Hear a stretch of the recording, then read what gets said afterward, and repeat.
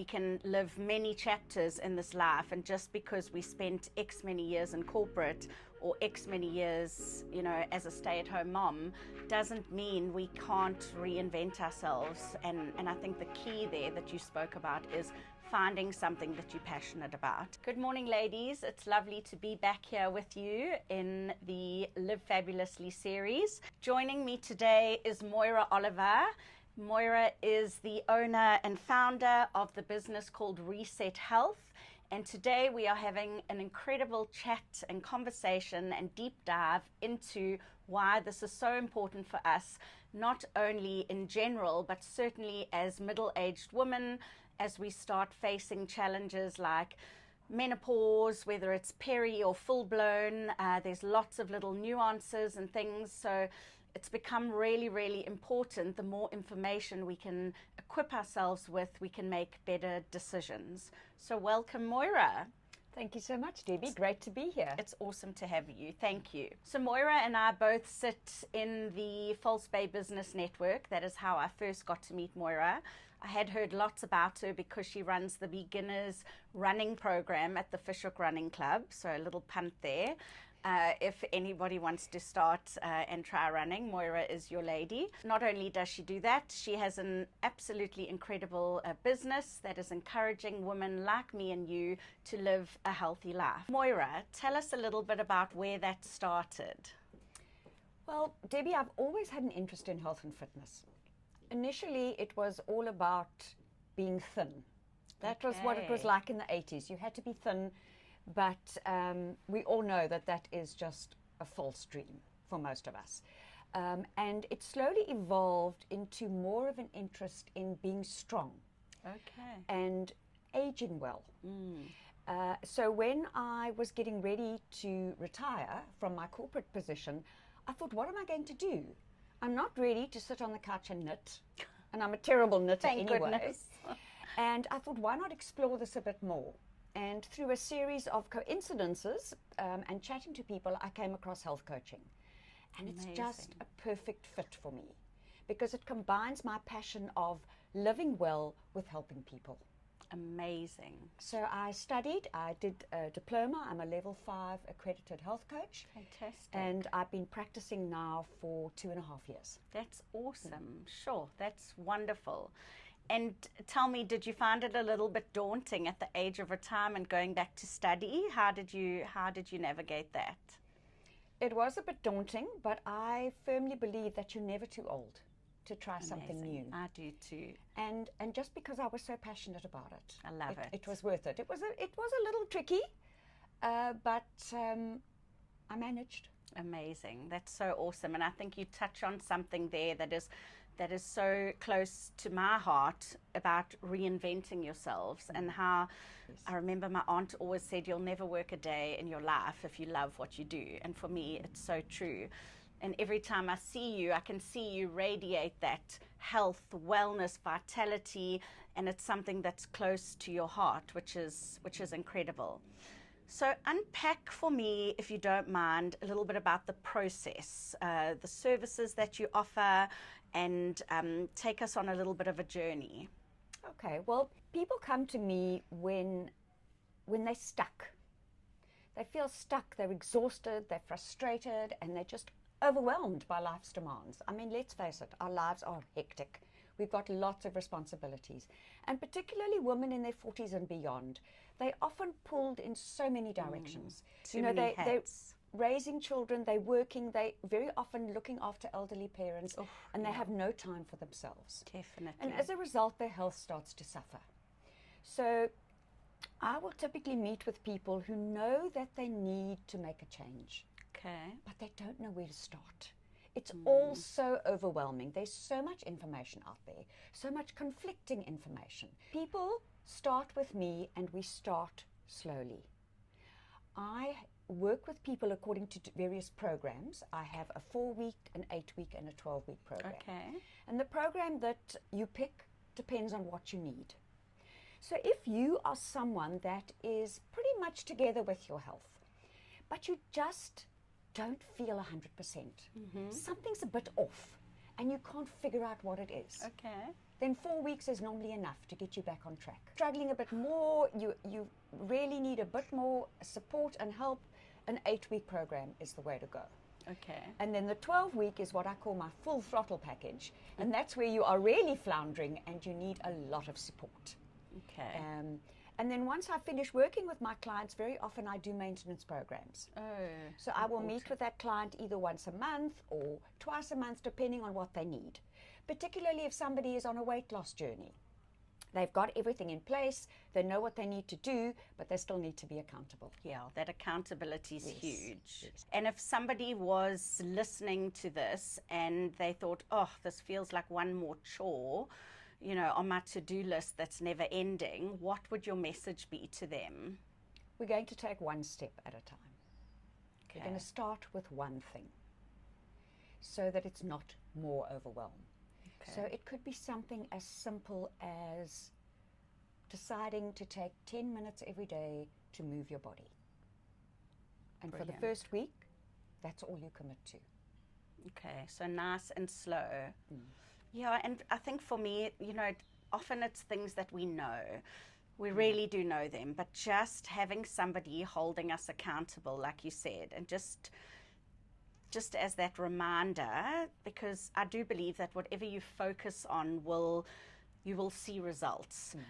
But it's just about moving that up to the top of the priority list. And I think as women, we battle with that because we are wired to put certainly pre-menopause, we are wired to put everybody else's needs before ourselves. When I had a look on your pages, you know, you talk about 4 areas, things like sleep, nutrition, movement, and connection.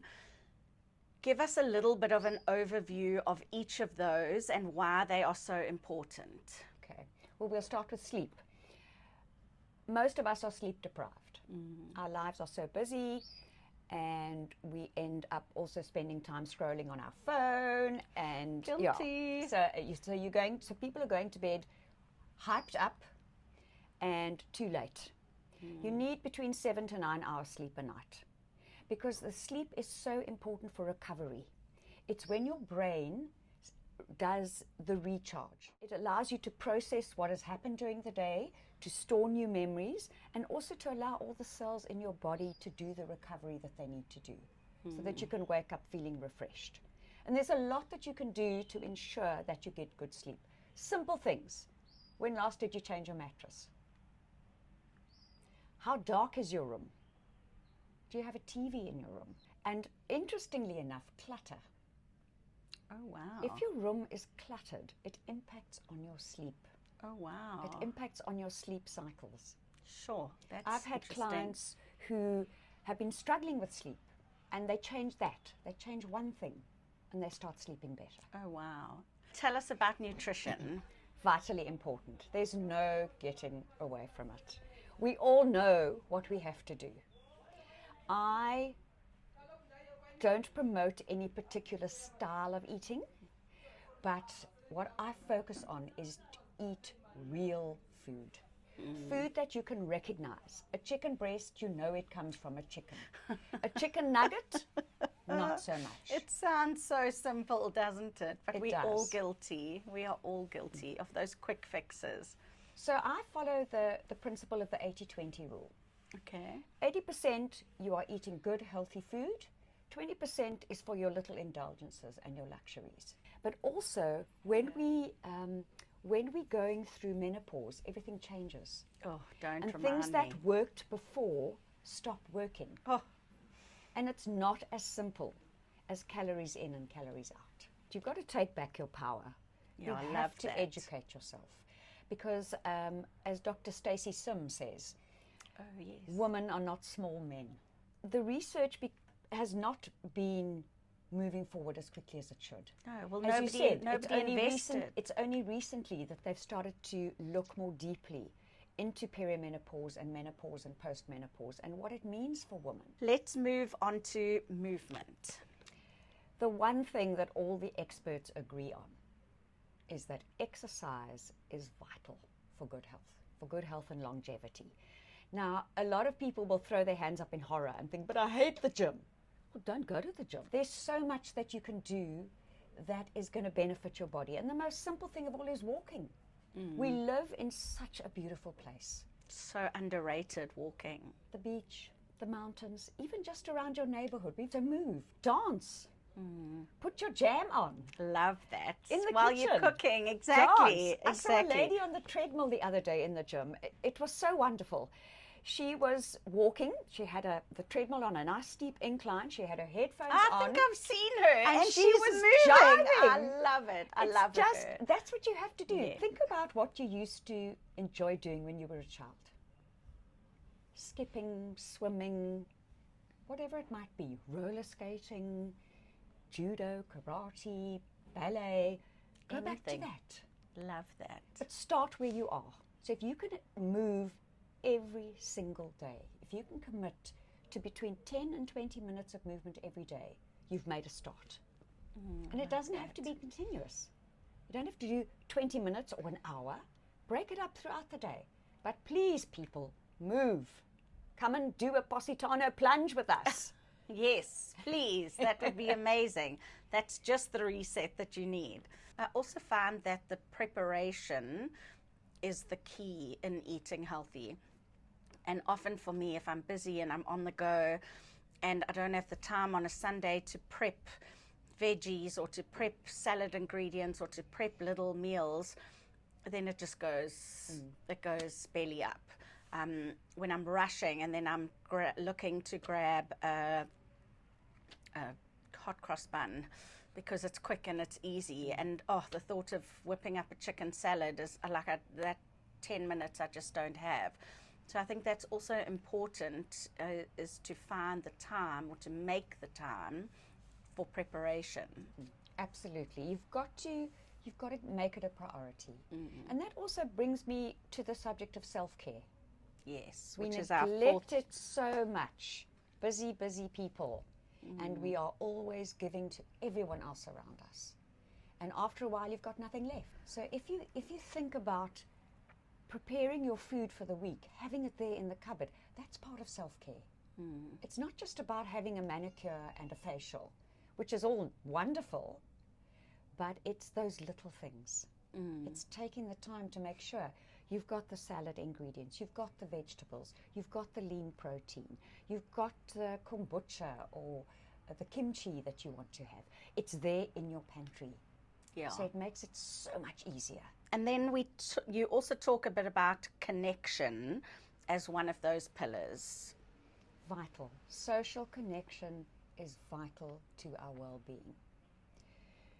If you are lonely and you don't have that connection, you're going to die earlier.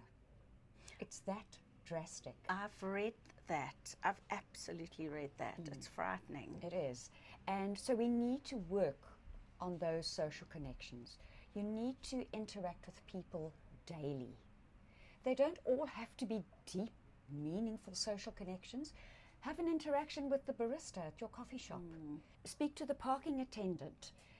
If you see someone walking down the street and they look fabulous, tell them. Yeah.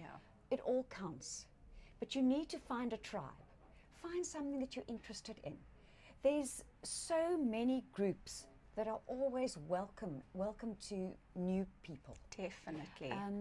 I found personally that I struggled once I moved out of corporate, because suddenly you've lost a vital social group. Yeah. And you will maintain some connection, but it's not the same. You're not interacting with those people every You're not day. in that circle anymore. Exactly. Then one of my other social circles was my running club. But I'm currently battling with an injury. So you lose that social connection. And I was really struggling. So what I've done is I've started a little coffee group. Wow. Just a few ladies in a similar situation of the same age. Stunning. We're meeting every 2 weeks. We I just love sit that. and we chat and we have a coffee, and it's been absolutely fantastic. That's amazing. And I think that's also where the inspiration for our Positano plunge came from, because I realized there were so many women, having met them in the shop in and around the farm village, and just chatting to people who were starved for that connection. So creating the opportunity where once a month people can come and do something. Perhaps they wouldn't normally do. They'll have a laugh, they'll have a giggle, they could win a prize or two. It's, one of our ladies, her name is Bev. She gave me a hug at the last one, and she just said, like, thank you, you are changing women's lives. And it touched me so deeply, and not because I want the praise or the accolade, but just to know that the essence of the brand and what I put at the center of everything is making a difference in women's lives, and to know that outlet, as in the plunge, once a month, a Sunday, like-minded ladies, that it's actually achieving that. Like you say, find what you're interested in. Even something that you've always wanted to do but never done, go and do it. Why not? Yes. So something that I know I certainly battle with, and I know a lot of our listeners and followers do as well, is stress.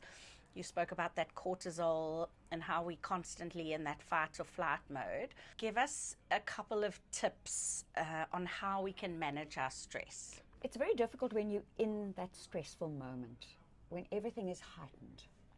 Because, as I'm sure you know, but let's just refresh our minds, what happens when you're stressed? The first thing that happens is your heart rate increases, okay?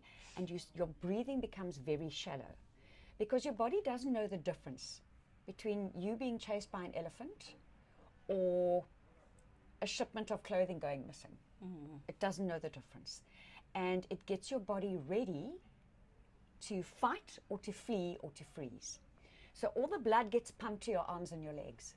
You're ready for that moment. So all your other systems shut down. Your digestion stops, everything like that. Once the danger has passed, all of your systems return to normal. But in our stressful lives, the body doesn't get a chance to return to normal. So one of the simplest things that you can do is to stop. Just stop and take a deep breath. Hold it there in your lungs. Let it go. That's telling your body, it's okay. I'm safe. That is the easiest thing to deal with stress. Long term, a few things.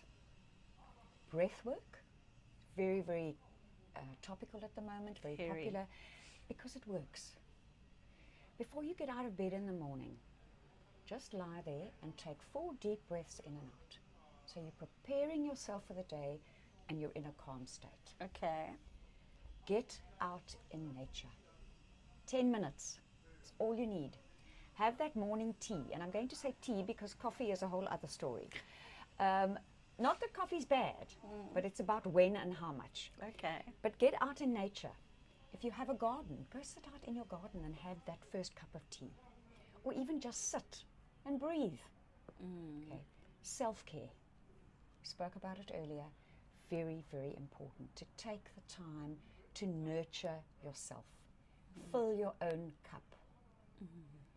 And then other simple things, it's about priorities, making lists, doing what needs to be done. You can't do everything in one day. So you decide what is a priority.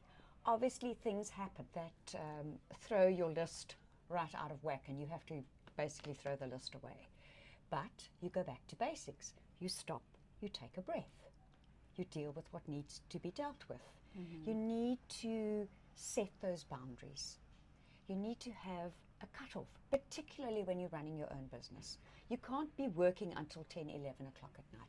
Yes, there will be times when you have to, but that's the exception. You need to put that boundary in place. You need to get off the social media, switch that phone off, get away from the computer, allow your body to calm down. And you need to practice those things daily so that you're able to manage the stress better. Because the stress isn't going to go away. It's how we live. So all you can do is manage it. And that, managing that stress means moving, eating well, getting enough sleep. So everything works together. I love that. Such sound advice. In my head, I'm sitting here thinking of reasons why that's not possible, but that's not the point. Tell me why it's not possible. No, it's only me making excuses. It's definitely possible. Oh, I love it. It's definitely possible. And I know when I'm feeling overwhelmed, if I just stop and I take 3 deep breaths and I hold it at the top and I exhale until every last bit of air is out of my lungs before I take a nice deep breath in again, that immediately calms my nervous system. But when I'm in that spin and that overwhelm, add to that tired, sleep deprived, add to that perhaps feeling a little bit poorly, it just makes it all feel 100 times worse. And then all I want to do is curl up in the fetal position and have a good cry, I guess. Tell me I'm not the only one. You are definitely not alone. I know that feeling very well. And sometimes it's what you have to do. Sometimes it's what we need, actually. Yes. And I feel like I don't always give myself permission to do that. So often we think we have to be strong all the time. Nobody is strong all the time. And it's important to allow yourself to not be strong. Every now and then, we're allowed to fall apart. The important thing is that you get up again afterwards. Yeah. You take that deep breath and you just take the next step. One step. One step. That's all you need to focus on. Yeah. Don't try and think about everything that you have to do and get through. No, because it's overwhelming. Of course it is. We all think that we're supposed to just take everything in our stride. And it's not always possible. Because that self-talk, that negative self-talk that says, if you were stronger, you would be able to do this. If you were more together, you would be able to handle this. If you were more, and that I find that negative self-talk, I mean, it's brutal at times. It is. We are so hard on ourselves. Very. I always say to my clients, when you start having those negative thoughts, imagine that you are your best friend. I know. Oh. Would you No, say we would that never to them? speak like that to anybody else. You wouldn't. Never. And it's difficult. It's hard to change those patterns. But the brilliant thing about our brain is that we have neuroplasticity. And what that means is you can create new pathways. Neural pathways. New ways of thinking, new ways of understanding, new self-beliefs. And it's slow. It takes time. It takes effort. Repetition. To catch those negative thoughts.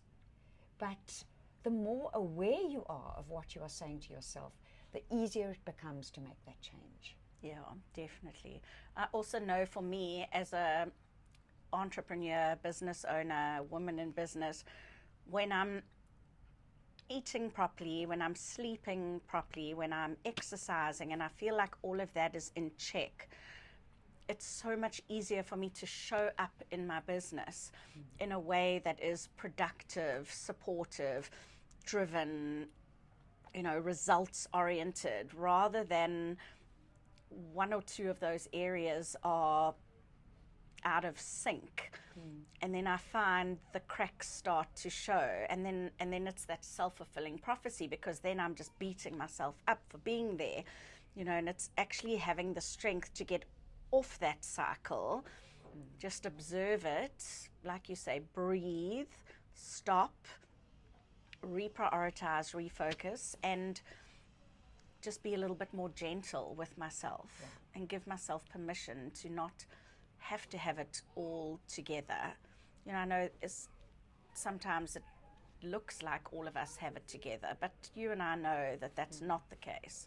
It's not the case. And social media, unfortunately, creates this perception like we all look amazing all the time. We all, but the reality is we don't. The reality is there are the crying ourselves to sleep at night because of all the stress or the what have you. And I think it's just about accepting that that's okay. Yes, absolutely. It is absolutely okay. Because we all need time to process what is happening in our lives.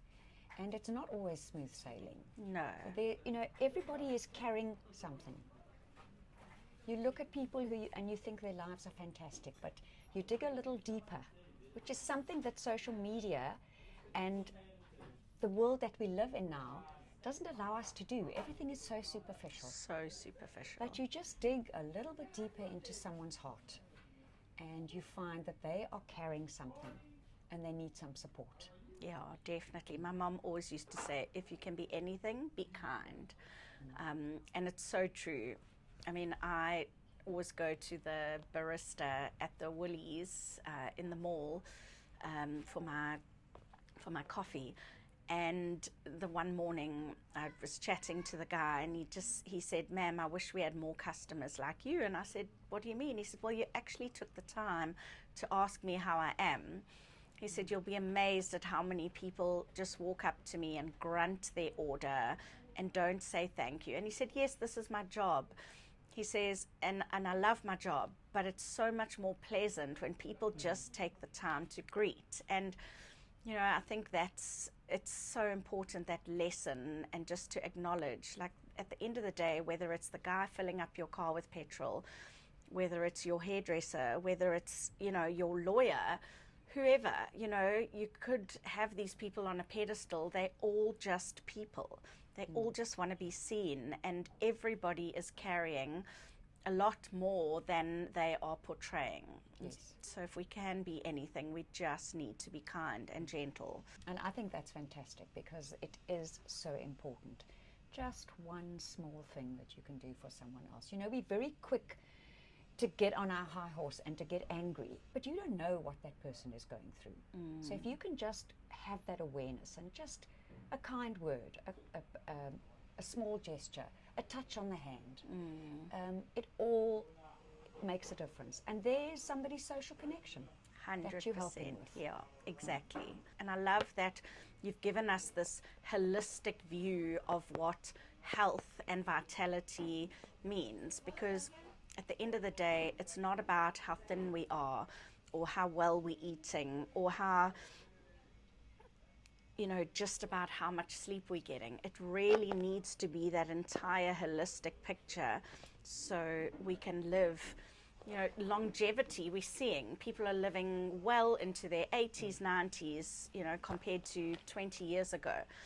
But what's the point of living till that age if you're bedridden? Exactly. What's the point of living till that age if you are poorly and sick and a liability on your family because perhaps you never saved for retirement correctly? I mean, you want to be enjoying those years where you are able to walk, you are able to be active, and to enjoy time with your grandchildren, or, you know, and that, what I keep reminding myself is that's what the habits that we onboard now are setting us up for.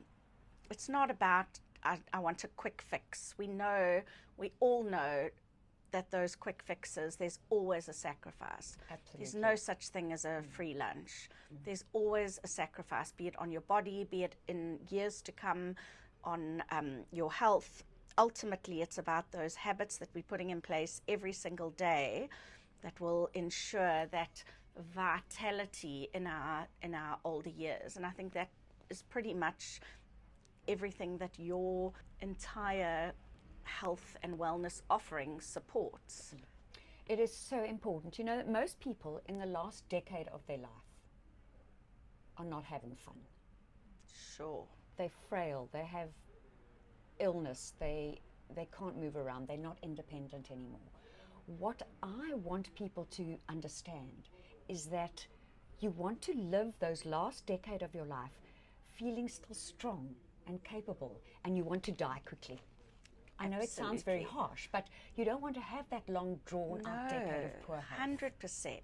And as you said, I mean, I just have to reiterate that. It's what you do now, today, every day, that's going to set you up for a good, healthy last few decades of your life. It's never too late. You can always improve things. You can always make a change and reap the benefits. In closing, if you could sum up in a sentence or two what this health and wellness journey means, not only to you but to everybody else, I think it's a perfect end to an amazing conversation. Thank you, Debbie. It's been a lot of fun. I think the most important thing I would like to say to people is just make a start. Just do one thing that is going to improve your health. Because if you have good health, you're going to be able to deal with your life with enthusiasm and vitality. and you're going to find yourself again. Yeah, and that's amazing. the most important thing. Amazing. Thank you. Thank you, Moira.